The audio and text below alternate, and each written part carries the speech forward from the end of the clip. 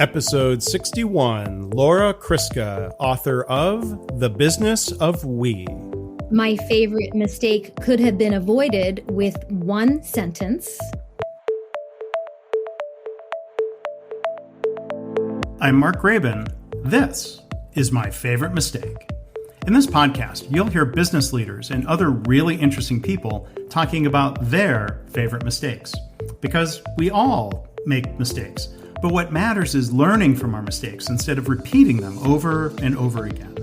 So this is the place for honest reflection and conversation, personal growth, and professional success. Visit our website at myfavoritemistakepodcast.com. For show notes, links, and more information, you can go to markgraban.com/mistake61. Please subscribe, rate, and review. And now, on with the show. Our guest today is Laura Kriska. She describes herself as a cross-cultural consultant and author.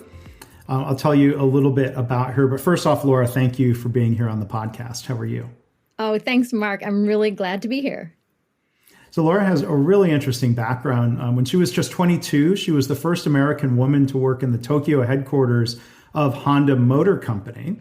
And her experience working there with thousands of middle-aged Japanese men inspired her to write her first book, The Accidental Office Lady. And then she's written her latest book is called The Business of We, and we'll have a chance to talk about all of that today. How do we have an approach to diversity and building bridges across cultural differences and being more inclusive in a way that increases employee retention and productivity and is just good. It sounds like, just first question is, this is good for the people involved and for the organizations when we take an approach like that. Mm-hmm. It is good. I asked a closed-ended question. That was a mistake on my part. That was really bad interviewing. But we'll talk more about the book. Please forgive my mistake, Laura. No problem. I put you in a bad position there. But I'm going to ask an open-ended question here to really to get things off to a better start. Laura, looking back at your experiences, what would you say is your favorite mistake? My favorite mistake caused me a year of heartache, confusion, and unhappiness. My favorite mistake could have been avoided with one sentence. And my favorite mistake has informed my entire 30-year career and is the basis of the book I just wrote, The Business of We. Wow. So you're teeing that up well. Can you tell us what happened? My favorite mistake was failing to see that cultural data matters and that it matters all the time, and that most of cultural data, meaning ways that people are different norms of behavior, that these differences are sometimes visible, but mostly invisible. So let me tell you what happened. I was 22. I'm in Tokyo at the door of Honda Motor Company. I am so excited to be starting my very first professional job. I look like a professional woman. I have on this cream-colored suit. I have an empty briefcase that matches, but it's, a matching briefcase. And I go to my job. There's a little detour where I am asked to wear a polyester blue uniform that's only for women, which I do because I am flexible and I can adjust to cultural norms. This is how I thought of myself. I had a lot of experience in Japan before I even got there, so I thought I knew what I was getting into. And I am introduced to the group of 10 Japanese women that I'm going to be working with for a year. We were the executive secretariat, and we served the 40 directors of Honda Motor Company. And within hours, I offended the most important office lady without realizing it. And I did that because I failed to recognize that she was a senior person. I couldn't see that she was senior because there were no visible indicators that she was senior. We all wore the same blue uniform. We sat at the same white desks. we did the same job serving tea and cleaning ashtrays. That's another story. Well, in the ashtrays in Japan, there's still a lot of smoking in Japan now, but yes, this was at the time it was welcome in the office. And I treated her as I was taught and to be in a professional environment, which was to be polite and respectful, but I failed to show deference. I don't know if you've ever done martial arts, but I had practiced a martial art. And there, in martial arts, there are two groups of people. There are black belts and there are white belts.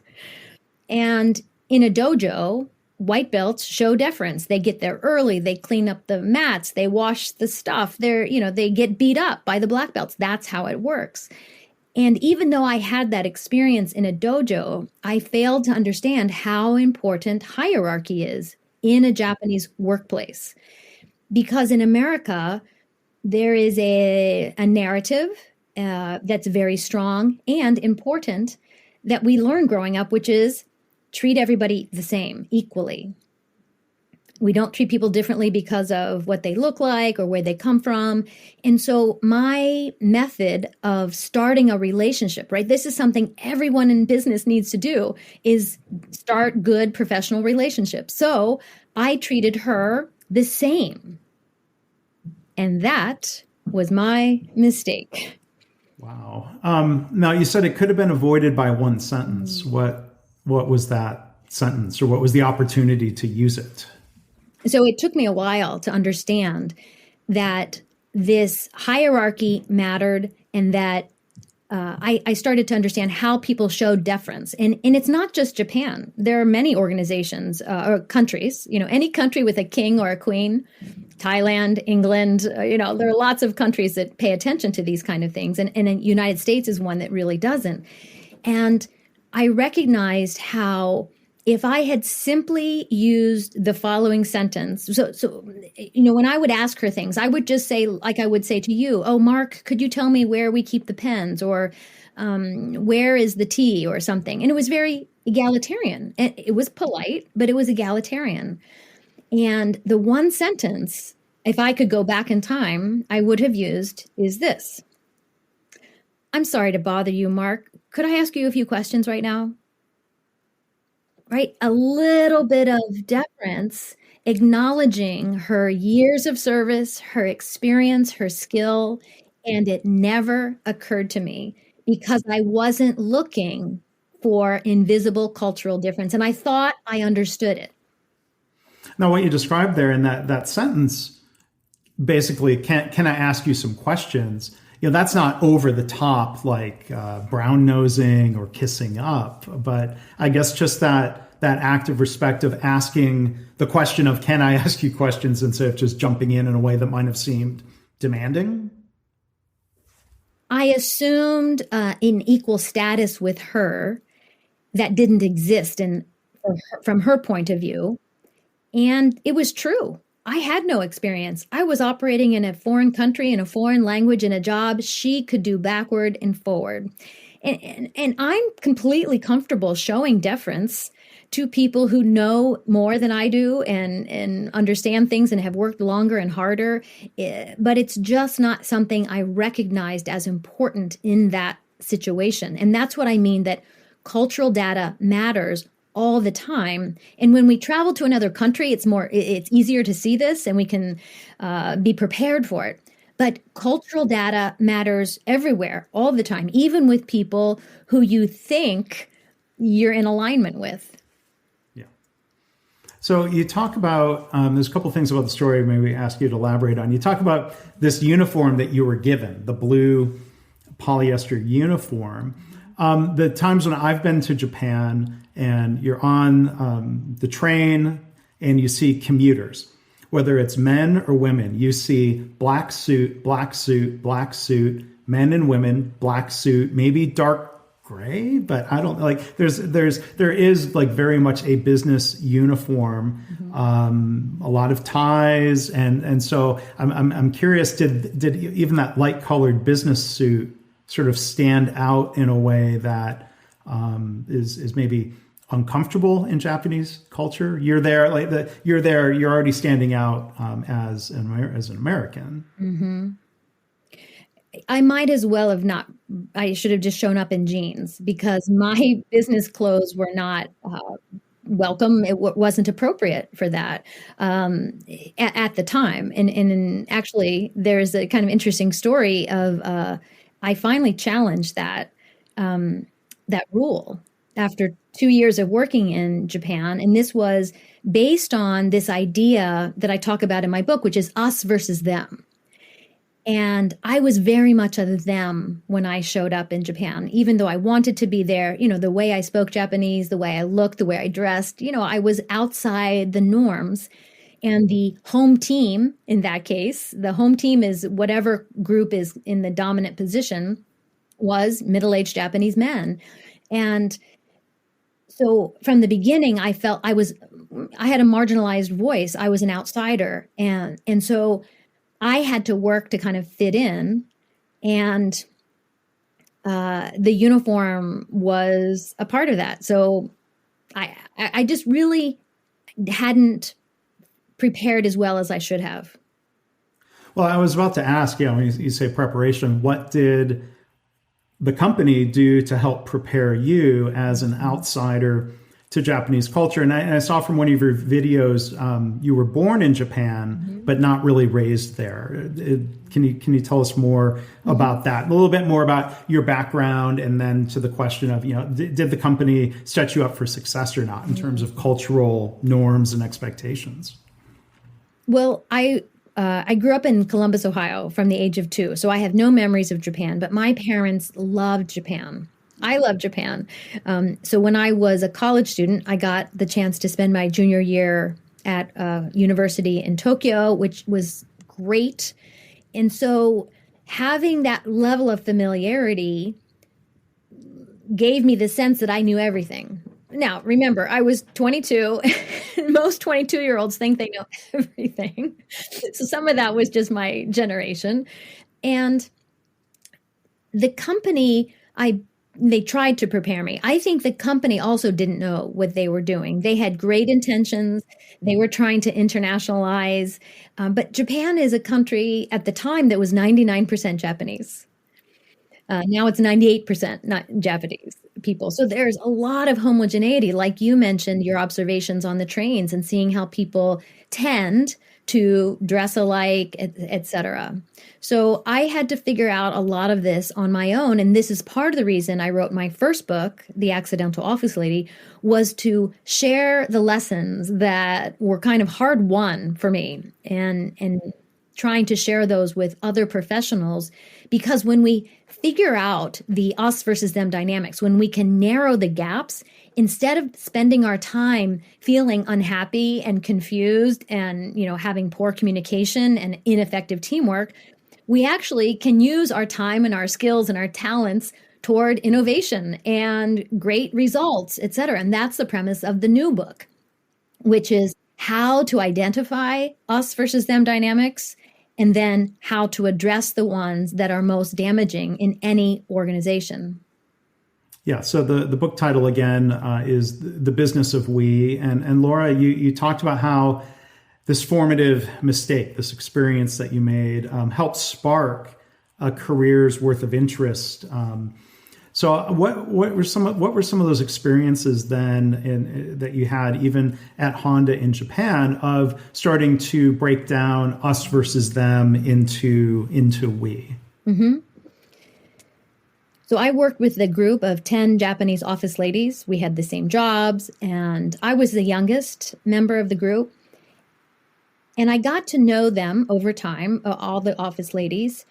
And there were 2 in particular who I just really bonded with. I was eager to make connections. I was alone. I was single. I was very open to building meaningful relationships, even outside of work. So there were 2 women in particular. We would have lunch together. We got to know each other. We started hanging out on the weekends. We started traveling together. So these became my people. And that narrowed the gap for me personally in the workplace, because I could then go to them. They were my allies. I could help them with things that related to English language or other things. But we became real friends. And so through the process of becoming real friends, we developed trust. I learned lots of things. It took me time. And one of the things that I learned was that they didn't like the uniforms. I was so surprised. I had made assumptions, as we all do, that since no one complained and they wore the uniforms, this was a policy that had been in place for years and years, hundreds of women in this headquarter office wearing uniform. I was surprised, but it was the process of face-to-face interactions of increasing depth that led to the building of trust, that then led to me learning this piece of information. And then the company sponsored an annual quality circle. This is a familiar phrase to you, I know. And they called it NH Circle, New Honda Circle. And, it's a mechanism of change. And they invite all employees, hey, participate in this year's, new ideas, circle ideas, etc. So I had this knowledge that other women didn't like the uniform. So I started a quality circle to abolish women's uniforms. Wow. And I recruited other members. Yeah. Did that seem risky, or did you feel like, okay, no, they're asking for this input, I'm going to give it? It did not feel risky. It was exactly what they were asking for. And I stayed exactly within the parameters that they requested. And Honda is a company that is genuinely interested in innovations that will improve things. Usually it has to do with improving safety, saving cost, increasing production, as you know. And so this was a little bit outside of that. I remember feeling encouraged when I saw another circle's idea, which was about smoking.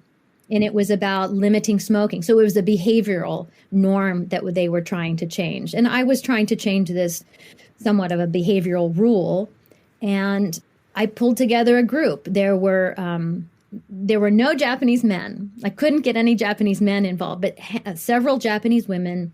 There's a French guy, an American guy, and we started the process as a quality circle is done, where you research, you study, and we really dug into it. What are other companies doing?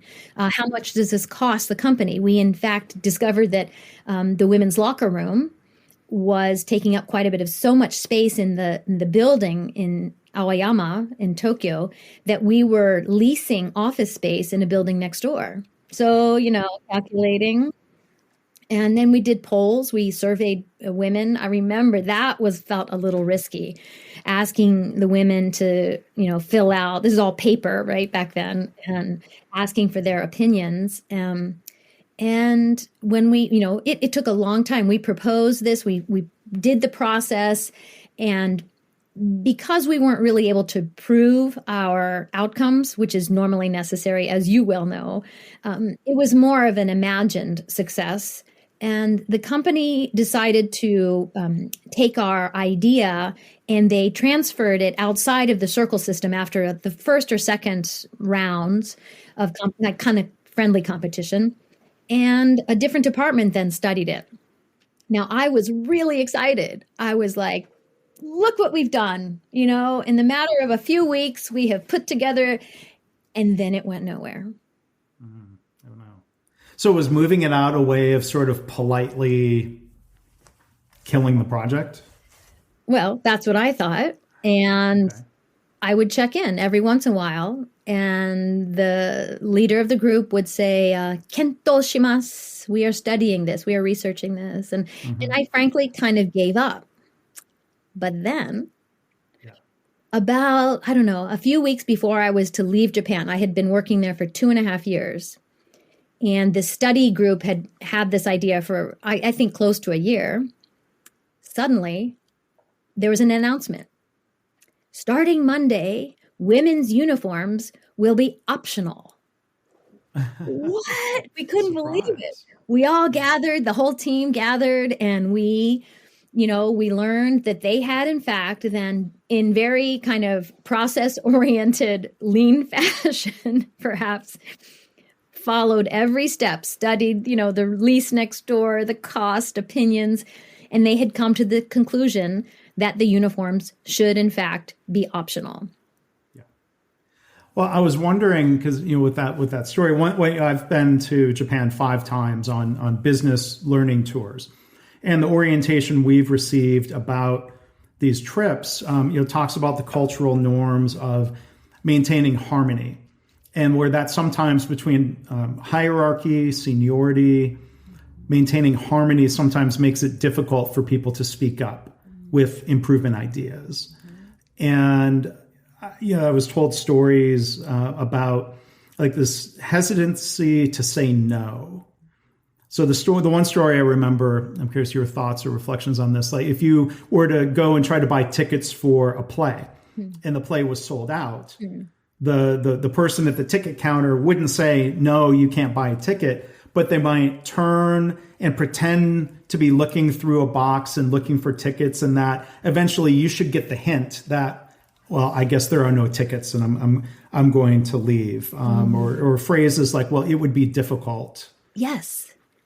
So that's what I thought you were getting with this product. Like, can we get rid of the uniforms? Well, it would be difficult. We are researching it. I too thought that. But in fact, it was this other cultural issue that took priority, which was being thorough and being careful. If you're going to change a corporate rule that has been in effect for 30 years, let's make sure we're doing it correctly. And I'm happy to report to you that new rule is in effect and has been in effect for now over about 30 years. Mm-hmm. That's cool. When we talk about, the word harmony and, fitting in. So I think that goes to the uniformity of business suits. Nobody talks on the train. Nobody eats. There are certain cultural norms that are just so accepted. No jaywalking of if you see, it would be really rare to see a Japanese person crossing against the light or jaywalking. And these violations of norms become really visible, it seems. And so it was emphasized, like as a white visitor, you're already disturbing harmony just by being there. You could try to do your best to fit in and behave, but you're still disturbing harmony. But of these different words, like wa, and as a word for harmony, it's interesting that wa and we are only one letter off. I don't know if that's coincidence or not. I want to say it's not, but it is. That's great. I haven't ever thought of that. Look at you. That's good.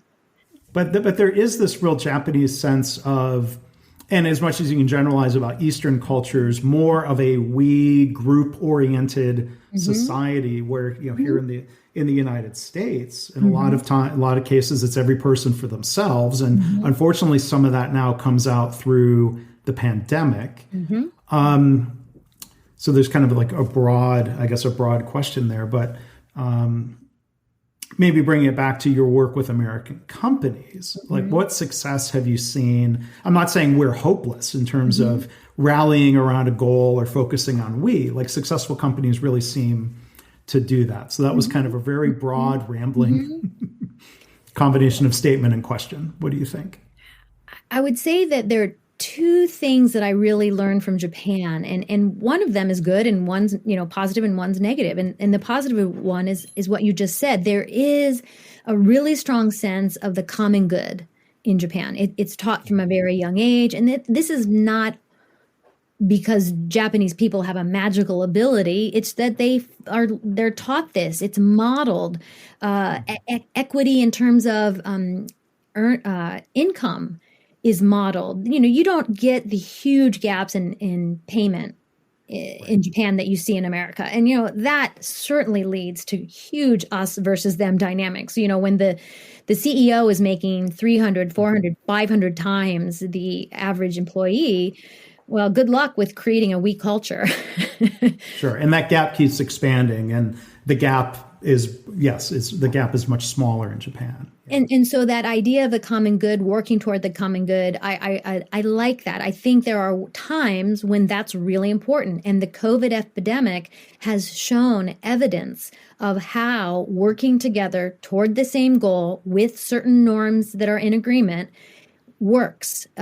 Japan has had fewer than 2,000 deaths of COVID-19, where America is over now 500,000, because we have allowed a culture of us versus them to exist over proven practices and norms that keep everyone safe. So this should not be an us versus them, mask or no mask. It should be a simple tug of war, humans versus virus. That's the only us versus them that is actually at play here.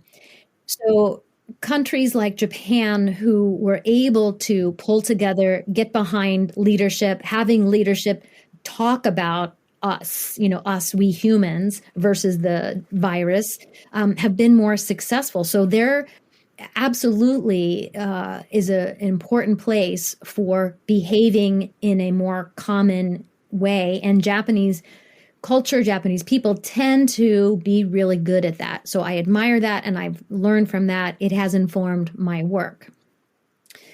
The part that does not, or help me see where us and them dynamics can be difficult, is when I worked with Japanese expats, expatriates, and we call them rotational staff sometimes.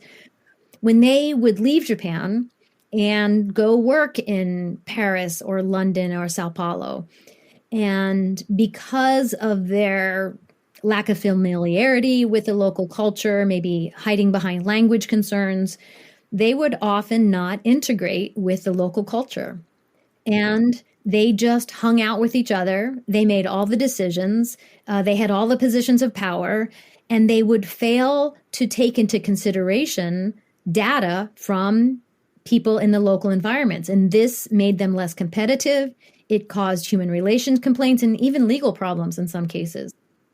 And so I spent my career helping that dynamic to be less damaging, to help those very hardworking, talented, deeply loyal professionals learn to integrate more successfully with people who didn't look like them, who didn't sound like them, who didn't pray like them, who were just, they were different.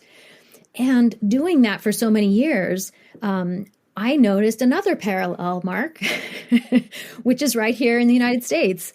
We like to say, oh, we're so diverse, and certainly our demographics show that we are diverse, but we are pretty segregated when it comes to the top levels of corporate America. And what I recognized was the homogeneity of Japan was duplicated in the top levels of corporate America. And so instead of middle-aged Japanese men, it's middle-aged white men. And I always like to make a disclaimer. I am not against middle-aged white men. I'm married to one, and I've created 2 future white men for the planet.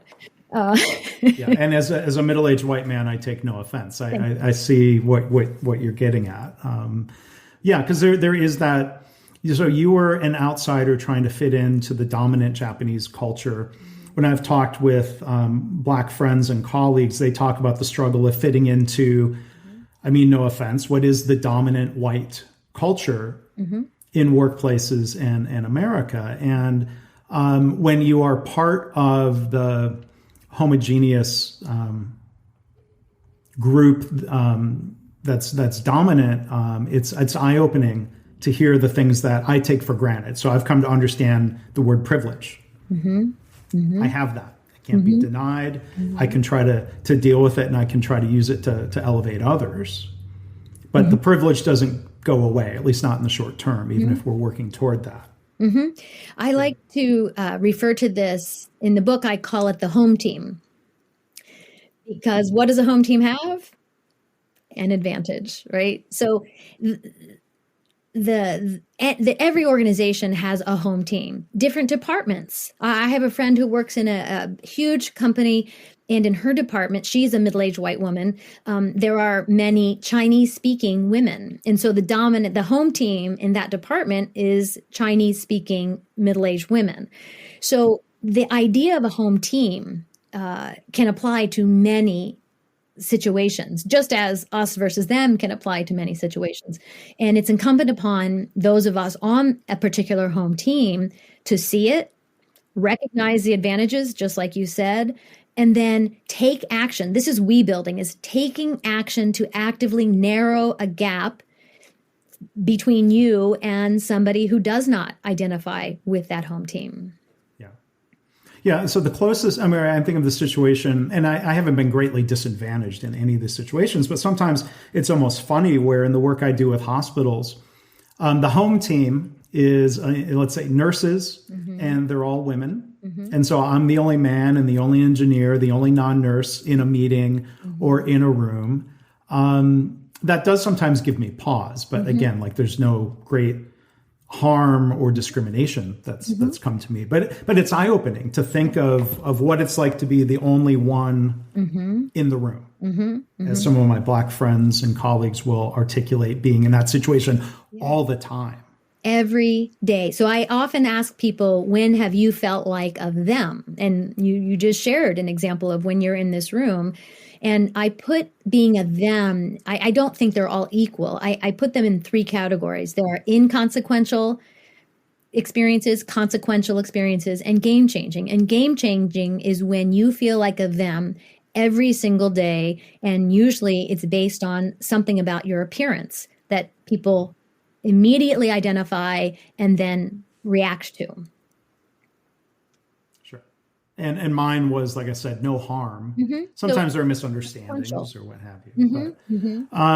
So one other thing, though, when you talk about us versus them, I started my career not at Honda, but in General Motors in Michigan, 1995. My goodness, us versus them was at the core of General Motors and the United Auto Workers.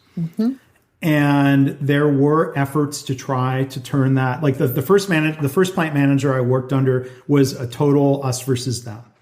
Then I had a second plant manager who had experiences being trained by Toyota in California. He was trying to create a we culture. And it was difficult, and there was progress being made. And the one parallel that comes to mind, and I'll link to this in the show notes, Laura wrote a very nice article in CEO World Magazine saying COVID-19 is not killing us, polarization is.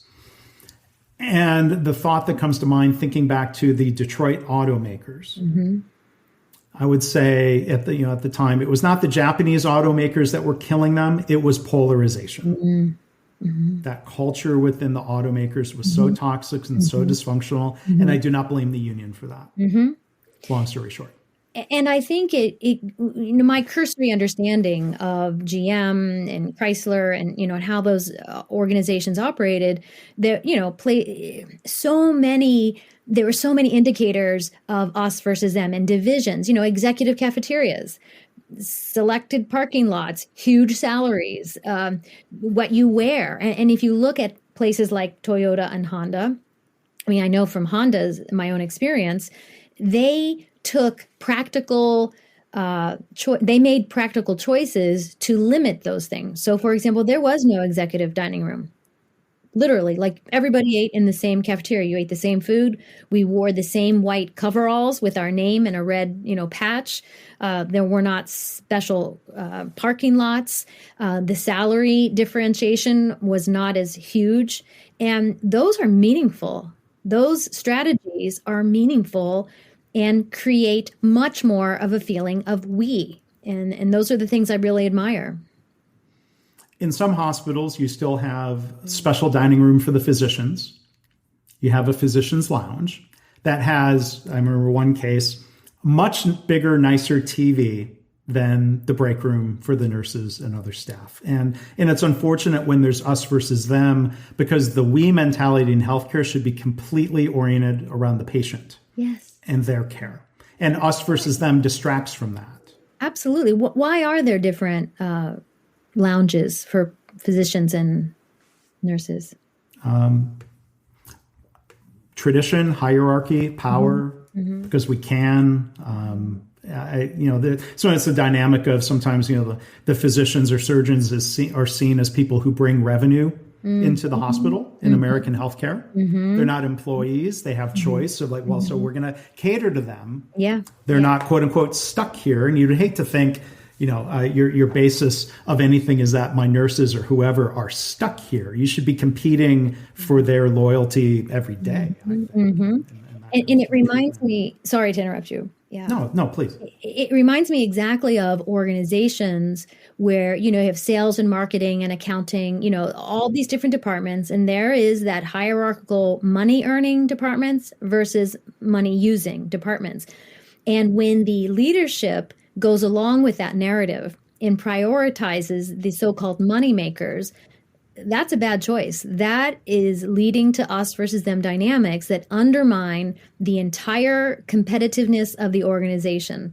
And when you point out to a very successful salesperson, you can't really do this well without the accounting department and the marketing staff and the lawyer who's doing, and there's this idea that people in accounting or whatever are interchangeable. And it's just so false. And certainly there is a role for compensating people differently based on their education, skills, and experience and performance.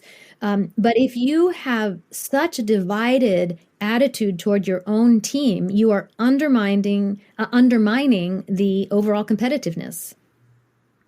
And one example I think of an executive I admire a lot who created a we culture was Paul O'Neill, who passed away about a year ago. He was CEO of Alcoa in Pittsburgh, and there are great videos online of him touring media through this new headquarters that they built, where everybody, including Mr. O'Neill, was in a cubicle. And I call him Mr. O'Neill out of deference. He would be quick to say, call me Paul. And he got rid of, when he became CEO, there are stories that we've been able to share. He got rid of the executive dining room and these different perks and started challenging the idea that you're an executive and you show up and you get free orange juice and Danish every morning. And he's like, we pay you well, you can afford that, right? Do we offer that to every employee? And he got rid of a lot of those trappings of privilege and hierarchy in many ways. And one, that I admire him for, he got rid of the country club membership because the country club was not diverse. And this was in, I think, the late 80s. That. I think Paul O'Neill was a we leader. I would call him a we builder. We builders. I mean, this is what I am. My life's mission is to inspire a we building revolution. And I can't do it by myself. I need your help and all of your listeners' help. And calling out we builders is a great example. And anybody can be a we builder. You don't have to be the CEO. We building and being a we builder means identifying the gap and then taking action to bridge that gap. It can be as simple as noticing a newcomer or somebody who might not belong to the home team in terms of their identification, and learning that person's name and calling them by that name every day when you see that person. Just really simple acts can manifest inclusion that then is duplicated by others, and it can be contagious. So I appreciate what you're doing, Laura, to help spread that. I think, if people want to become a we builder, I definitely recommend checking out the book, The Business of We, written by our guest again. She is Laura Kriska. So Laura, thank you so much. I really appreciate the fact that I can have you on the show, and the experiences that you have. Maybe we can do another episode in my Lean podcast sometimes, because there's this overlap where there's so much I want to ask about your experiences in Japan, your experiences at Honda. Let's talk more about being a we builder for a different podcast audience sometime. That'd be great. Thank you. Yeah. So thank you so much for your story, and for taking that mistake and building it into something really special. So thank you for that, Laura. Thanks again. Well, again, I want to really thank our guest, Laura Kriska. For a link to her website and to her book, and for more information, you can go to markgraban.com/mistake61. If you liked today's episode, if you like the podcast in general, please share it with a friend or with a colleague or on social media. That would really help us grow the show. And I hope this podcast inspires you to reflect on your own mistakes and how you can learn from them or turn them into a positive. I've had listeners tell me they've started being more open and honest about mistakes in their work, and they're trying to create a workplace culture where it's safe to speak up about problems, because that leads to more improvement and better business results. If you have feedback or a story to share, you can email me, myfavoritemistakepodcast@gmail.com. And again, our website is myfavoritemistakepodcast.com.